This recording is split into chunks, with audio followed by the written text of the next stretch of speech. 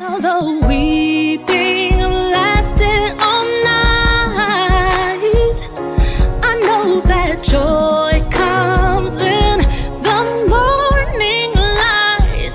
So I'll march on to a new song, 'cause I've been marching to that old one way too long. And I gotta move on and take new steps every day. I know there is got to be another way, and a brighter day. So I march on.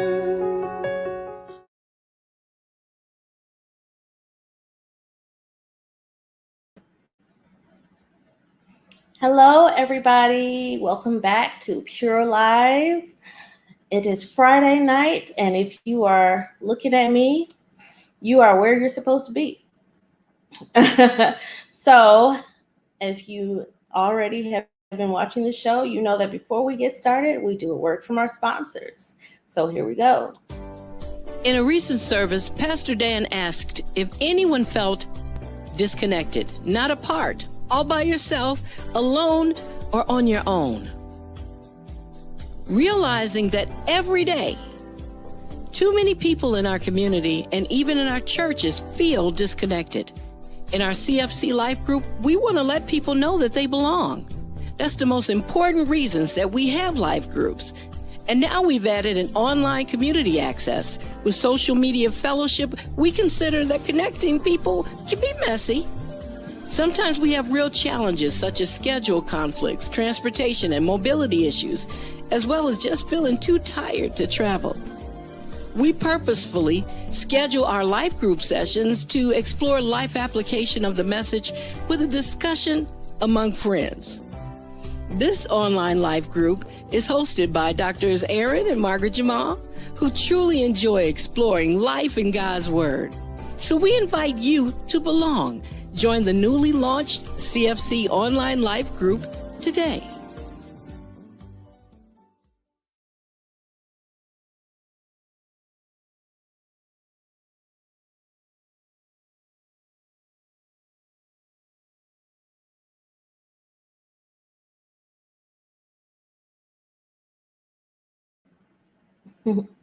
The last part is always my favorite part. Join the life group today, not tomorrow, but today.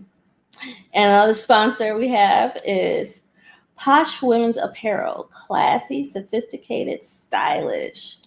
Here are some of the styles that she has, and she is also one responsible for a lot of the things that I wear on this show. So if you would like to dress like me, you go to poshwomensapparel.com and she will hook you up. All right, so now let's get into it. Tonight we have Miss Brittany Jamal joining us. Hi. Hey, Brittany. How are you? I'm good. How are you? Doing pretty good for a Friday night.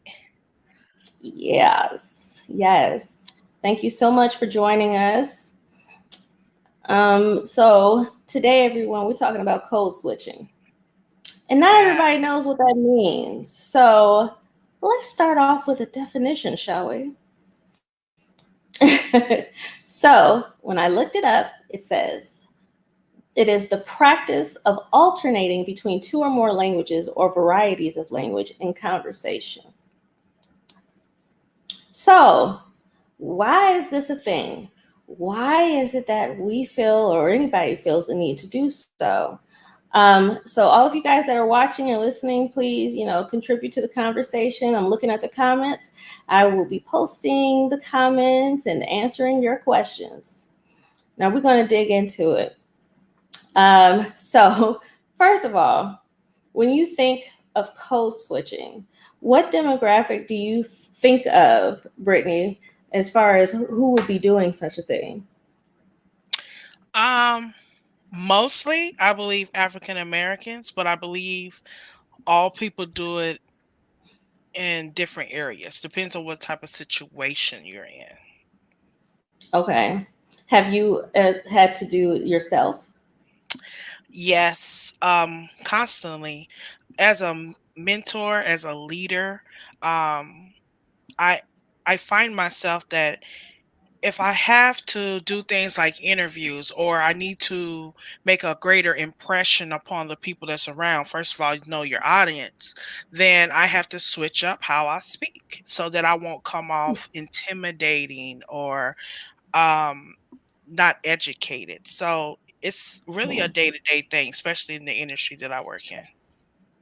What industry is that? So I am in the pharmacy insurance. I am a supervisor. So we speak to patients, we speak to healthcare professionals all day. So at any time and every time, you have to switch your language according to who you're speaking to. For one, to make sure that they understand the information that you're giving them, providing them, and that they Mhm. have confidence in you. So that's just one simple Hmm. example of code switching. That's an interesting way of putting it. So, since you are switching, what is it about your natural way of doing things that you feel would hinder your communication? In a professional setting, in the industry overall, customer service, you can't say certain things, or being in the street, let's say some people may hear what you're saying and say, oh well, she sounds ghetto, or she doesn't sound educated. Instead of saying you all, y'all say y'all. In code switching, you do that really based off in what's its influences by your culture. So when you're on the Okay. phone, you want someone to have confidence in what you're doing. You Hmm. can't you can't be ghetto. Yeah, you can't be ghetto at all. So you gotta bring it back, and watch your tone, watch the words, choose your words, command the English, in a very educated way. Interesting. So I had pulled up some statistics and I was looking at this. So it says nearly half of Black college grads say they feel the need to change how they talk when around people of other races. And I'm looking at these statistics. First of all, you can see that Black people or African Americans overwhelmingly take the cake for this. And then there's Hispanics a little behind them. But then I see 34% white. So I wonder what white people feel they need to code switch and what would they be doing it for? Well, my bright idea is racism. And I would say that because it is encoded into African Americans that we have to work harder. We have to present ourselves a certain way in order to climb the ladder. I think that culture is everything. Like I said, it influences. So certain cultures, i.e., some white people, just gonna put it like that, has a different culture, a racial culture. So they can't be themselves around certain races in order to not be look racist. They play the part. African Americans in the workplace or wherever we go, especially professional, they we can't. I'll use this example. My mom has always said that you never let them see you cry. So if someone is doing something, you can't show that emotion. You can't be you. You got to remain reserved as best as possible. Otherwise, you come off intimidating, explosive, just for being you. So I I think it stems from racism on both parts. Racism has caused, some people to be more reserved, to play the role. Uh-huh. We just work harder at doing it. So that's an interesting thing that you're saying in regards to the dynamic. So um, you and I both are Black. We are both African Americans, but we are not the same. And the way we look, sound, present ourselves, very different. So is it more so about the character, or has it become a racial thing And because of it being a racial thing, they assume that we're a certain way. I think it going off of culture, depending on where you come from. Your culture helps you develop character. And if someone isn't exposed to a certain thing, then they won't act that way. So there's always stereotypes and biases right off the back. That's another reason why we have to code switch to not fulfill that stereotype. So it does that answer your question? Yeah, that answers my question. Okay. So Harvard Business Review states the behavior is necessary for advancement, but it takes a great psychological toll in us feeling like we have to change the way that we articulate things or the way that we act. Do you feel like in some ways we are feeling a bit degraded, or that we are bowing down or humbling ourselves in order to reach the heights that we want to, just because, the other demographic won't accept us for who we are? Absolutely. I think that the toll comes from because we can't just be who we are and we believe that they won't accept us where they are because they've shown us that they won't accept us how we are. So I think you can lose yourself if you go too far into it. I have a father who would say, well, sometimes you just got to put on the suit, and then when you leave work you take the suit off. Every one of us knows what that suit is, but it does. We hesitate. We think about our hair. We think about, okay, how do they see us more Right. than what I believe they think of. They do what they want. We do what we have to do. That's a good point. Do you think that for your career, do you think you've done it so many times that you may not even notice that you're doing it at this point? I do it purposely. It's engraved, so I Oh, do it okay. effortlessly at this point. I teach it, and I have to, especially being in our industry, being in customer service. You learn to blend in, and I have been very successful in it.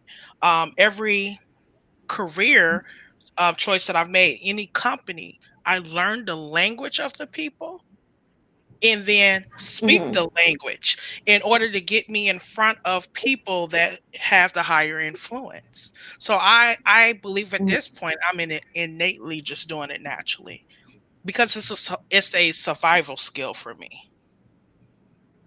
Yeah.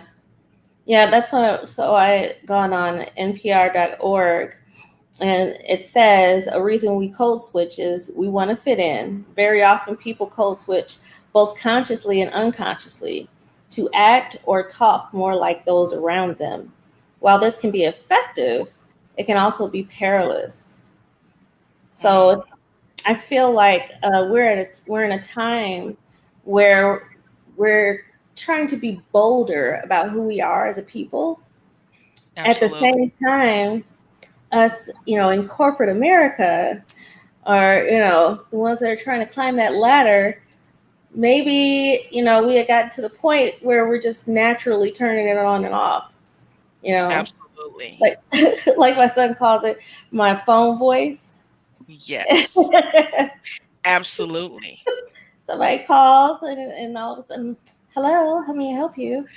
You change your tone, make it lighter because you don't want to sound intimidating, you know, very professional. Hmm. Um, Not to be politically correct, I call it the white girl voice. that's that's what I switch back and forth. And I Yeah. believe that even in a setting like this, we're probably doing it in order to capture the audience that we are influencing and interacting with. Yeah. And good point, Kay. I saw a comment. Uh, any commentary on my hair could get them sued. Yeah, this is true. This is true. Absolutely. Um, I do. I do feel like, though, it's still done. We are still judged off of how we look, how we sound, how we act. And what I want to know, because I've heard you say it a couple of times now, you said so we can seem less intimidating. What is it about our culture that appears to be intimidating to the point that we feel a need for a code switch? I cannot personally answer that. It's how we're depicted because we're strong. There hasn't been anything yet created to really truly hold us back. Yes, things systems have been in place, but yet we rise. So it's how we Yeah. depict it in movies, in books, in the social media, with the situations that we're still dealing with now. Yes, there's a progressive movement. So just like the young lady just stated that if she says a certain thing, they'll get sued. It's because there has been movement. The goalpost has been moved to recognizing, hey, you cannot do that anymore because the cultures is changing. So it's how we're depicted in media that makes us intimidated. Because if they really got to know us, sit down and know us personally, they wouldn't be. We're Yeah. magic, we got the magic touch. Magical. I like that. um, Yes Magazine said code switching is not trying to fit into white culture, it's surviving it. Absolutely. So, do you feel like we are doing this for survival? Absolutely. If I didn't do it, I would not be in the position that I'm in now because we always have to prove ourselves. We always have to prove ourselves, our language, and just everything that we do. And if you don't do it, you're even if you want to go and let's say that it was a court case where Mhm. against Zimmerman, and the lady did not code switch. She did not change her language. She just said what she said, and because of that, they looked at her testimony as being it didn't have any merit, and they didn't Oh, really listen to what she was saying because of how she commanded her language. So it hmm. is very important to know your audience and speak to that audience accordingly. That is a very good point. It's a very good point. Obviously I dug into this before the show and I was researching all these different things. And going all the way back to W.E.B. Du Bois, he wrote a book called The Souls of Black Folk. Mm. In this book, it says, it is a peculiar sensation, this double consciousness, this sense of always looking at oneself through the eyes of others, of measuring one's soul by the tape of a world that looks on in amused contempt and pity. One ever feels his two-ness, an American, a Negro, two souls, two thoughts, two unreconciled strivings, two warring ideals in one dark body, whose dog strength alone keeps it from being torn asunder. Oh, And deep. Uh, so I wonder, like, are we feeling like we are warring against each other? Is it like two different identities that we're dealing with when we're saying we code switch? How do you feel? What do you think you're doing at that point? I'm surviving for one, and I do not believe I'm warring against an identity because with code switching, unless you're not conscious of it, and it's not a decision that you're making and understand you have to make this decision. Yes, I can see you really getting lost, but if you know yourself and you look at it simply as this is a skill for me to be able to advance, this is a skill for me to be able to influence, then how can you lose yourself? Right. I don't know. I don't know. I feel like earlier on in my adult years, I made the decision to do the code switch, but at this point, I feel like it just turns on by itself. I don't Yes. consciously do it anymore. I get maybe that's a survival instinct that I just don't recognize that I do. Mm-hmm. One of the things that we also have to pay attention to is our actions. You don't have to. Uh, yeah, okay, we are right. Yes, You don't okay. have We are to. surviving. It doesn't necessarily have to do with how we speak. It can also be in our actions, right? So I found Oh, this clip and take a look at it. This is our previous president, Barack Obama, and look at how he responds to the people in this locker room.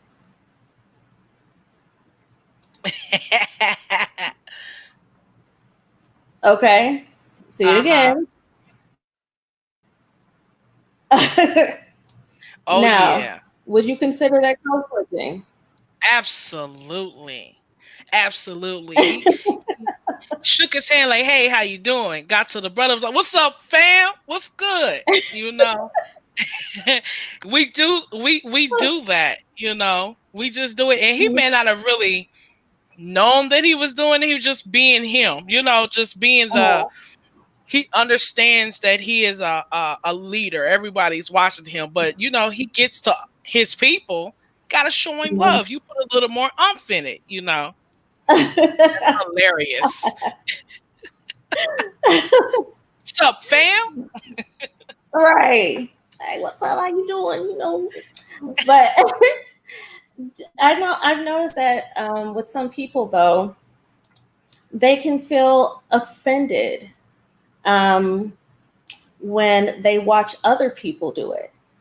So, like Mm, for example, let's just see, you know, like you have a very lively personality. You know, you live yes. out loud. You know, but let's just say that I saw you interact with somebody else, and I see that you are code switching. You're changing the way that you speak. You're changing the way that you deal with them. And I get an attitude because I'm like, why can't you just be who you are? How dare you let these people humble you in that way? You know, why are you acting like this is the kind of stuff that's happening? Do you think that it's actually an identity issue that we have to overcome? Or is it something that we just all have to do at some point? I think a lot of what we're dealing with is our identity issue, to be honest with you. Because if she knew who she was, just going off this hypothetical, she wouldn't even have Right. said that. She would have understood that, unless it's of a different race, because sometimes they don't know that they're asleep until they wake up. So, Hmm. um, I think it's definitely an identity thing. Um, know yourself, know what you have to do. They're not subject, other races aren't always subject to the obstacles that we have in our life, and we all deal with it differently. Let's just say for the Hispanics, if they have the first language of Spanish, they learn English and they will use Spanglish. That's code switching. You Yeah. know, I have a supervisor that cannot do an email without Spanish and English. It's crazy, but we all are already doing it. We're just, I feel like, just like the statistics, African Americans and Hispanics have to do it more because we Yeah. have more to prove because because of the culture that we live in. So do you feel that we are code switching because we are not accepted as we are? Is that what you're saying? Absolutely. What And do you, it's getting to the point where I feel like a lot of us don't care no more. oh, about whether or not we have to code switch?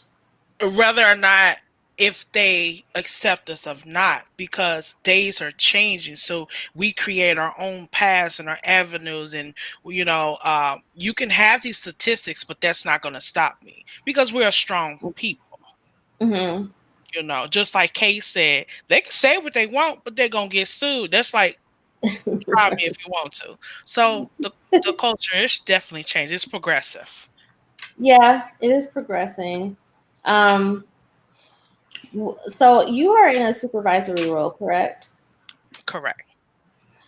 So, in getting to where you are today, did you feel like you had to step outside of your normal self in order to accomplish that goal? or achieve the level that you're at? Yes, Did it hurt absolutely. you? I take on challenges usually very positive. To be honest with you, it took I want to say 2 years to get where I am. I prepared, I was educated, and I proved to a lot of people literally right off the back that I should be in a lead position. But I had two supervisors, and I'm gonna speak from the latter, who wanted me to be where she wanted me to be. She didn't she didn't care about my past and what I've done. She wanted me to be where she wanted me to be. So Mm, what I had to do is learn her language, learn her as a person, do what she had to do, and continue to do what I was going to do until she could no longer deny me. hmm. In that challenge, it really made me think about the different types of people, and that she happens to be, white, Caucasian. It made me really think about, um, instead of me quitting and walking away, I'm going to show you who I am. It, Hmm. I'm just going to show you who I am, and you're going to understand. So, after dealing with that situation, well, while dealing with that situation, I told her, hey, I'm going to help you for a little while since that's what you want me to do. And then I'm going to leave. Sometimes you have to tell people and give them a new reality. You got to bust the stereotypes. I'm not what you think I am. And I am secure in my identity and move forward. Hmm. You said bust them. Yeah. You know, has it ever, so here's this statement that people say, and I don't think that they mean any harm by it, but I know I've been told this. My brother Joshua, your husband, has been told this. Oh wow, you speak so well. Wow. So it's like, why is this amazing to you? What how did you expect me to speak? Hmm. So it's like in the midst of us code switching or it being a trend of people code switching, some of us just naturally speak a certain way. We are smart. It doesn't mean that we're more educated than others. It doesn't mean that we read more books. It's just this is how we speak. This is how. So, and knowing that, does it ever get under your skin a little bit when they start showing their colors in that way? Oh, yeah. Those are the people, I don't spend much time allowing them in my presence because you're part of the problem. If you have that Okay. mindset, you're part of the problem.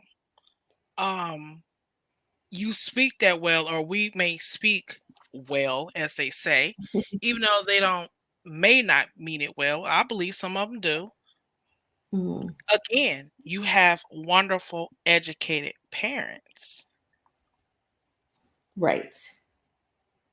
Hmm. Culture means everything. Your environment means everything. So it's easier for you to progress because you've had the example, Right.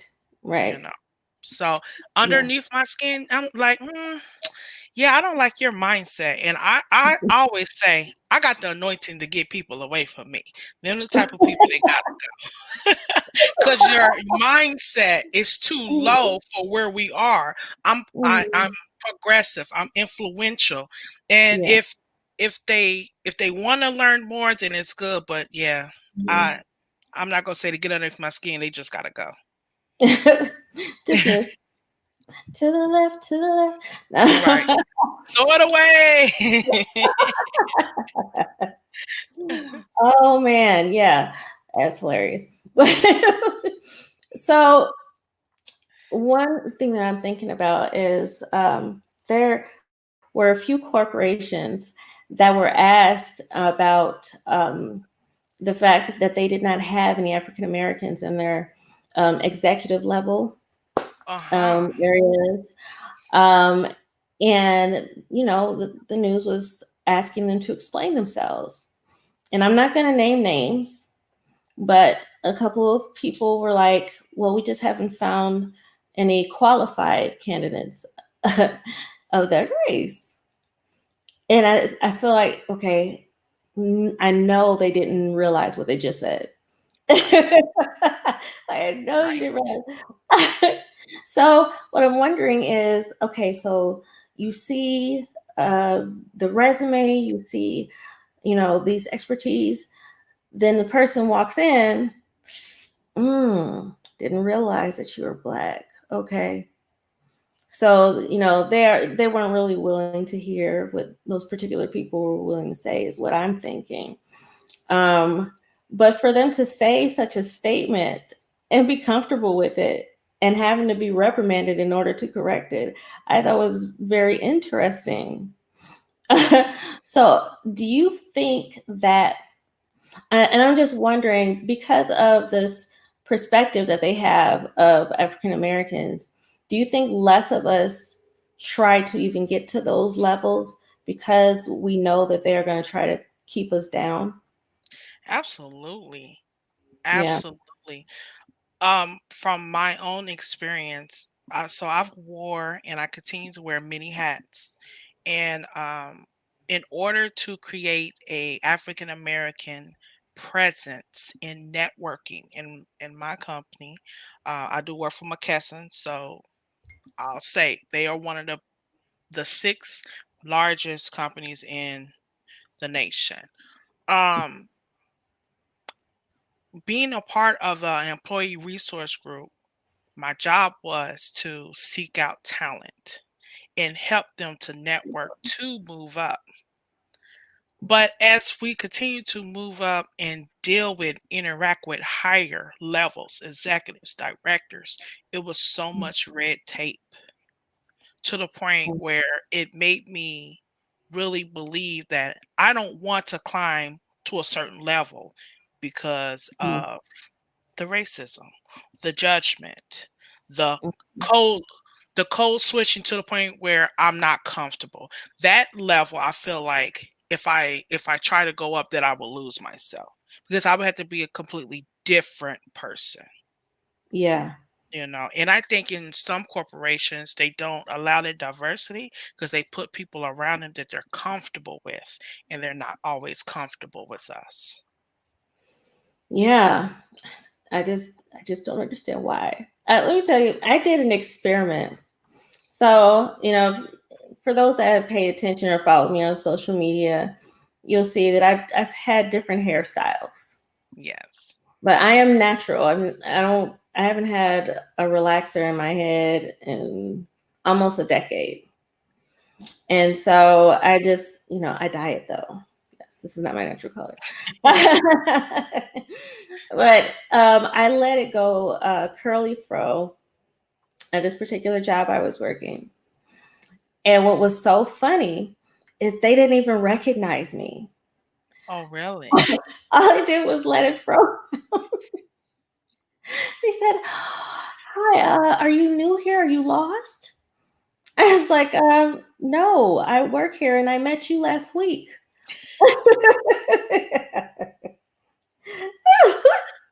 Oh, wow.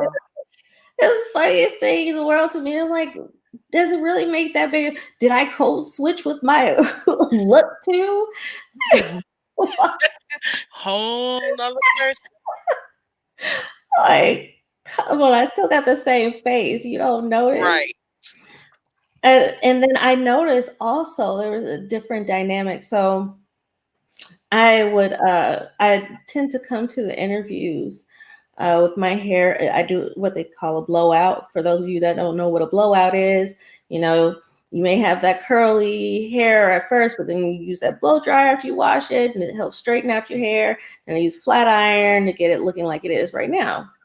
And this is what I normally do for interviews. But then, as I get more into the job, I might just let it, curl up or fro up or whatever. And the responses I get are so different. And actually, on a respect level, it becomes different, which is Mhm. discouraging. So what happens is, while I'm like this, I'm treated with a little more respect, like I belong there. Yes. When I have the whole curly fro thing going on, then I'm treated as if I don't belong, Hmm. or that I'm not as educated, or I need hand holding. It's just a strange dynamic. And like, you're the same person I've been working with all this time. Why now that I let my stuff come out, you're treating me differently? And I think that's what people are saying when they feel like we lose ourselves Yeah. when we have to do that code switching. Now, I'm curious, have you ever witnessed a white person code switch? Hmm. I cannot say that I have consciously. Hmm. Make me think. But I figure they do it. Implicit bias, absolutely. I Mhm. believe that they do it because they watch the worst they use when they round us. Yeah. You know. Yeah, that's true. They do. Um, I, like I had said, some of us are just naturally a certain way. So I have witnessed white people try to do the code switch thing, hey, what's up? How you doing? And all that, and talking to me, and I'm like, hi, nice to meet you. Yeah, okay. Like, I Yes. don't know what all this is for, but hey, thank you. Hello. Um, Yeah. or I've also noticed that when it comes to my hair, they'll ask me questions because they're trying to engage with me and think that this is the way to connect. So they're like, Yes. how do you get your hair like this? This is beautiful. Do you have, what do they call it? Perm? Am I saying it right? Oh, wow. I had somebody ask if it was a wig. You know, Don't touch my hair. yes, as Solange says. But let's see, when they try to be down and use lingo that they know they wouldn't regularly use while talking to a person of color. Yeah, yeah. And it's amazing to me that I'm like, we haven't figured out yet that we're not all the same. You know what? You made me think. There was only one guy, like what she said, wanted to be down. It was one guy, went to high school, he was a cool kid, but he had been around us all his life to where, he felt comfortable of saying every word that we say. And just out of love, because I know you. We went to middle school, we went to high school. Yo, Curtis, what you doing? What you doing, son? Oh, I been like this. I'm gonna always be like this. Block, cause you gonna get all your feelings hurt real bad. At the end of the day, you are not us. We are one human race, but you're not us. And I'm not making an excuse that we should be using the N word like that or anything, but don't do it, son. That is Yeah, the one time that I think about, like, having this conversation. Oh, he code switch. He was comfortable. right, right. But the assumptions that are made with that is amazing to me. It's like, okay, if you take it all the way back to right after slavery or in the days of W.E.B. Du Bois, if you Yes. take it back there, I understand that more. We literally had to do it for survival.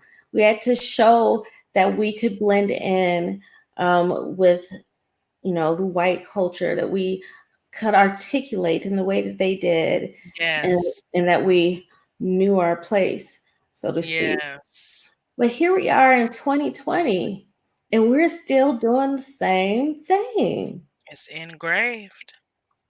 The depiction of us has not changed. Mm, Why do you think Black Panther was so powerful and united a lot of people, not just our culture, but we was able to really see us differently for the first time. It was amazing. Rest in peace. He did an amazing job. But how we are depicted from Hollywood has not changed. That's why we have to code Right. switch, gain influence, and change it. We have to change it Right. Yeah, that's because good. they're not. That is a really good point. Yeah. Well, yeah. So I guess the question is how? How do we begin to change that to the point where we don't feel like we have to be something that we're not, just in order to get a leg up, in order to go to the next level? What do you think we need to start changing exactly? Well, let's just stay on if it's media that is depicting us in that way. A lot of times, I'm going to pin that. Sometimes we get in a situation where I'm going to show you what you keep saying that I am. We, first of all, should not do that.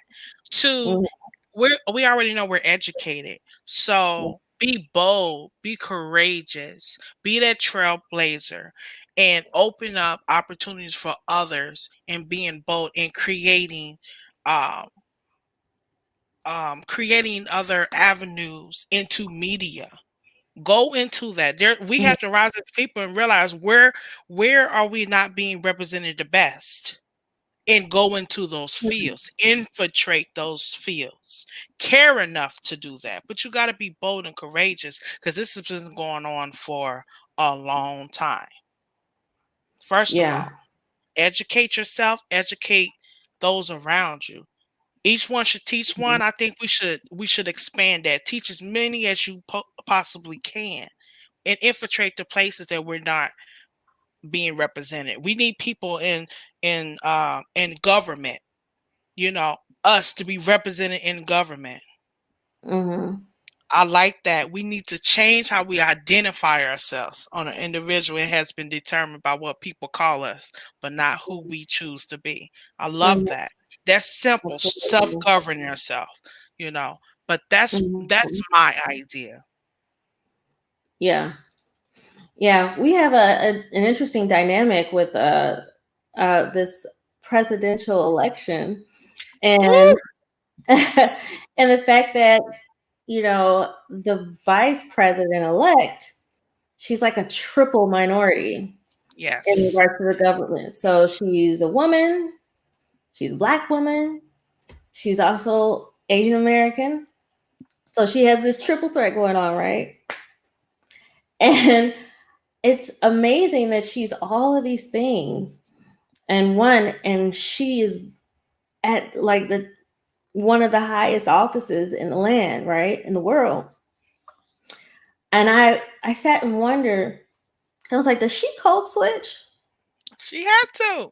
So I've been watching the debates and watching all their, when they would go and make their speeches and things. And I watched her like pivot. So like, like she'll start off with the whole, indignant kind of, you know, Yes. start like that, but you push the wrong button and all of a sudden, excuse me, Mm, excuse me, I uh-huh. am talking. I am talking right now. The other side comes out. And then actually, take it back further when President Barack Obama got into office, um, there were so many jokes made about what would happen to the White House, saying, "Oh, okay, well, he's going to be having fish fries and barbecues on the White Yeah. House lawn, and He gonna you turn know, it black. It's gonna be the black right, house. drinking 40s and stuff." Um, so it's like, well, maybe the memo didn't get all the way around that being black doesn't mean acting a fool. Right. Being black doesn't mean that we cannot be professional. Uh-huh. Being black doesn't mean that we are loud and out of control. Like in so many situations, it's like the only thing that makes us different from the other races is the color of our skin and the way that we're treated as a result of it. That's the difference I feel is there. What do you think? And that we're magical. Oh, of What course. we We are touch, Mexico. what we build. There's so many things that we have done for our nation that we don't get credit for. Mm, Look at our music. I've noticed just simply watching commercials that they play more of our music for their mhm, stuff. I don't know. Maybe it's jealousy. hmm. But I 100% believe that I almost lost my train of thought. I 100% believe that they do it to stay in power, that they have to. And what we do sells. What we do stays. What we do is great. And they can't always duplicate it, Mm, you know. yeah, yeah, true. And We I want make to make it money. We've made money off of our backs. We make money off our clear. Mhm. talents. We make money off our mind, and they know that. Right, It's not absolutely. that we're intimidating in reality. They're intimidated from our abilities. Hmm. Interesting. It yeah, it's I just don't understand why. I don't I feel like we have first of all, we have made a lot of progress for us to get into the positions of power that we've had. We've done so many things and we're continuing to change things. Yes. Um, However, it is that whole I need to fit in where I can get in situation that causes us continue to feel the need to code switch. Hmm. And on the flip side, my husband, he is from an area that is not like what I grew up with. I was raised in the suburbs, and he was raised in the hood. Hmm. And he ended up working in the area that he grew up in. And he had to help his own boss cross the street um, because he did not have that ability to connect to the community. So all they saw was, some white dude moving in on their territory and they was going to give him hell for it. So I realized, even when he spoke to me, I'd spoken to him before. I think that was his way of trying to reach out, but he felt the need to code switch so he didn't get jumped or he wouldn't be in danger. Right. I'm this white male and in this neighborhood, nobody knows me. I want to go home, you know. So Absolutely. yeah, it's I think it's like this one big misunderstanding. Absolutely. Like we don't know who each other are. And sometimes they don't want to know. Sometimes they're comfortable being where they Hmm. are. You got to have an open heart and an open mind to really change the culture. That's- Yeah. Yeah, that's true. But I guess I'm wondering like why wouldn't you? Like for example, when I was trying to figure out what languages I should learn, and my son Christian, he was doing the same thing. What other language should we learn other than English? I was told if you don't know Spanish, then you need to get on the ball because this is, the next big language of the people. We have a lot that are speaking Spanish. So I was like, okay, well, that's a get in where we can fit in situation. Also, Yes. you know, having to learn their language. Um, and being in America, some people are ignorant and say, well, if you can't speak my language, then get out of my country, kind of thing. Right. like this is a big melting pot of several different cultures. Right. And quite frankly, the ones that are yelling the most didn't start off here in the first place. Right. They need to learn somebody else's language. Right. Mm, Like your native land is in Europe. Be quiet. right. um, so do you think that there will ever be a time where we don't have to code switch, or do you think it'll just be an ongoing thing where we feel the need to be something a little different than what we are regularly? I hope that it's not something that we all have to continuously do.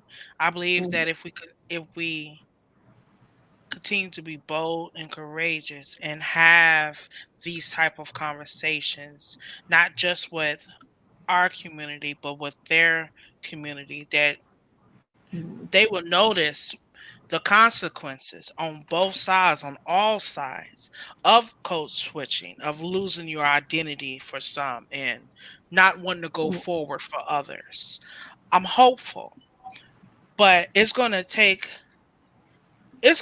God, because some mindsets is passed from generation to generation. So I'm Mhm. hopeful, but it's going to take an even longer time than what has already happened to cause it Yeah, to start. yeah, yeah. You have some points there. I would love for it to change, but In our day, nah, we got to no, survive, baby. yeah, yeah, not. I don't see it happening during our time either. And I want to make something clear. I love and embrace all people, all Yes. the different ethnicities out there, the beautiful colors of other people's skin. I embrace them all. Everybody has a beauty about them. I just feel like we should be able to accept each other for who we are as well. You know, if you are Afrocentric, it's okay for you to be Afrocentric. You Yes. know, if you know like to have your hair straight and dyed and flipped and whatever, then it's okay. You know, Yes. if you speak a certain way, it doesn't mean that you speak white or black. Mhm. It's just how you speak. There's Mhm. no culture or race attached to the fact that you are articulate. Absolutely. Absolutely. You know, even saying it just makes me laugh. It's like, why does this? What they're really saying is, if you speak in this way, you speak white. So what are they Yes. saying? They're saying if you're not white, then you, generally speaking, you're not smart enough. Mhm. That's what That they're saying. Like, absolutely. you really believe that? They get taught it Oh, just like we Lord. are taught how to survive and how to interact. Um, it's sad, but it's taught from Yeah, childhood up, and we get used to it, and then it becomes natural. yeah. That is a good point. And that is continuing to go. So I guess really what it needs to happen is some different lessons need to be taught starting now, huh? for, Absolutely. for it to even happen just a few generations from now, it needs to start now. Absolutely. Absolutely. We have to have more conversations. So Those companies what exactly did you say the message is? I'm sorry, say it one more time. You Mm-hmm. kind of went in and out. I was letting you finish your statement. Um, but I was saying, what do you think that needs to look like? How do we change it? What do you think we need to start with? Whew. That's a Yeah, heavy question. It's a heavy question yeah, because it's all over the world. hmm, It starts in the educational system. yeah, It starts in our homes individually. hmm, In order to retrain the mind, because we already know what's being taught from a childhood. So we need, right, again, that boldness to change it in the educational system. We need to start making sure that those around us understand that. It's not okay. Keep speaking out. This is not okay. Address these things because so much stuff is going on at once that things even like this gets drowned out. Right. Yeah, this You is know, true. we have the Yeah, but platforms now to be able to have these type of conversations, but it's gonna have to start in the educational system, changing there. We got to infiltrate that area, teaching in your home. It starts with us. Absolutely. yeah, yeah, absolutely agree with It's you. it's everywhere at this point. It really is. Unless you indigenous in the jungle and don't know nothing about nothing. Right. Like it is everywhere where civilization exists. Yes, This it's is engraved. true. Um, so and you know what? Just thinking of things that have changed. Um, when I was younger, and I don't know if you did this when you were younger, but when we would sit in a circle, like in kindergarten or first grade, they tell us to cross our legs, but the statement they say is sit in Indian style, Uh-huh. right? Now, now that I have my own children, I found out that that is now a no-no in the schools. They Mm-hmm. tell them just to cross their legs. That's So good. is if we can change, just the little things like that, and that was in my lifetime, then we can actually start to teach our upcoming generations, which things are offensive. What's the truth behind these different cultures? Absolutely. What's the miseducation? You know, Absolutely. And yeah. I have to give props. I have a friend named Whitney. She's a teacher, and in this time in the pandemic, she's invaluable at this point. You know, Mhm. um, and she was she quit her job because she no longer wanted to teach the curriculum that they had. And she said, I want to teach the truth. I want to teach things that are politically correct because we understand that language causes barriers and language can also tear down barriers. Yeah. So, I have to give props to her because she's doing her part. So if you know better, you do better. And you reach out and you teach those that you can influence. And hopefully that will continue on. Yeah. Yeah. Yeah. We need some more people like that in our Yes, young ones. So, um, well, this was some really good conversation. I hope absolutely. that all the listeners, all those that are viewing this, learn something, and maybe we can try to consciously change the way that we view things and the way that we treat other people, and we can get to the point where we can be ourselves and it'd be okay, Yes, that we're not seen as less than just because we have different culture. absolutely. Yeah. We'll pray that we get to there, please, in Jesus' name. Be bold, be courageous, and don't Absolutely. stop for no one. That's right. Nobody. And for those of you that don't know, you can go on my website, asiajamal.com, and you can actually sign up to be a part of my list. And I will make sure that those people know about upcoming events, the merchandise that I will have out soon, and other things, other resources will be on my website. So it would be definitely beneficial for you to go on there and subscribe. And if you're watching on YouTube, subscribe. And if you're watching on Facebook, follow me. And if you guys wanted to get a hold of me because you want to be on the show or you want to speak about something in particular, here's my email address, asia@asiajamal.com. And all of my social media handles. See, I have so many, it has to scroll. You out there. Okay, this is how you can get a hold of me, people. Um, and I'm going to close out with this. Jamal has released a song, and I've shown you guys before. This song called "I'm Not Okay," and you can get this song on Amazon, Apple. Today I'm not okay. Another mother's child.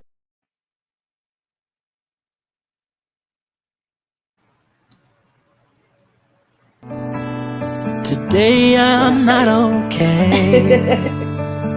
Another mother's child is gone. Now she'll never see them graduate.